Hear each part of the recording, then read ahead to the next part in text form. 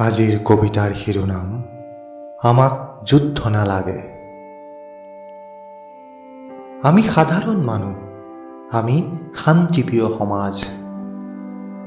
আমাক যুদ্ধ নালাগে, আমাক মৃত্যুৰ বিভীষিকাও নালাগে। নালাগে কেঁচা তেজৰ নৈ, ধ্বংসজৰ্জৰ মৃত্যুৰ উপত্যকা।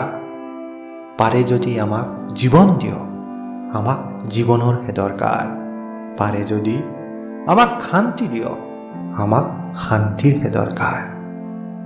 পাৰে যদি অসুস্থ মগজুবোৰত সুস্থ চিন্তা দিয়ক, যিয়ে নুমুৱাব পাৰে যুদ্ধৰ দাবানল। কি যুক্তিত মানি লওঁ শান্তি প্ৰতিষ্ঠাৰ বাবে অশান্তি? কি যুক্তিত মানি লওঁ অত্যাধুনিক অস্ত্ৰ শস্ত্ৰৰ সৰ্বনাশী পৰাক্ৰম? যেনেই চাওঁ তেনেই নিৰ্দোষ মানুহবোৰ মৰিছে। নিষ্পাপ শিশু, নৰ নাৰী, আবাল বৃদ্ধ বনিতা।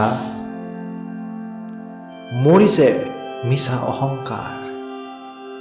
এতিয়া ইয়াত প্ৰেম নাই, জীৱন নাই, বিধ্বস্ত মানৱতা, বিপদাপন্ন একবিংশ শতিকাৰ সভ্যতা।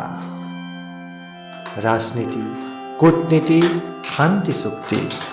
কিয় আজি মোক দৰ্শক কুৰুক্ষেত্ৰৰ দিনৰে পৰা আজিলৈকে আমি কিয় শিকা নাই যুদ্ধৰ পৰা পৰিত্ৰাণ পোৱাৰ উপায়? বহু ৰাতি হৈছে, আকাশত ঘনে ঘনে শত্ৰুপক্ষৰ ক্ষেপণাস্ত্ৰ জ্বলিছে। সাৰে আছো মই, সাৰে আছে আতংক আৰু ভোক, সাৰে আছে আৰ্তনাদ আৰু ধূসৰ দিনৰ ছবি। ৰৈ থাকিবা জীৱন, থাকো যদি কুশলে, যুদ্ধৰ শেষত পুনৰ দেখা হ'ব।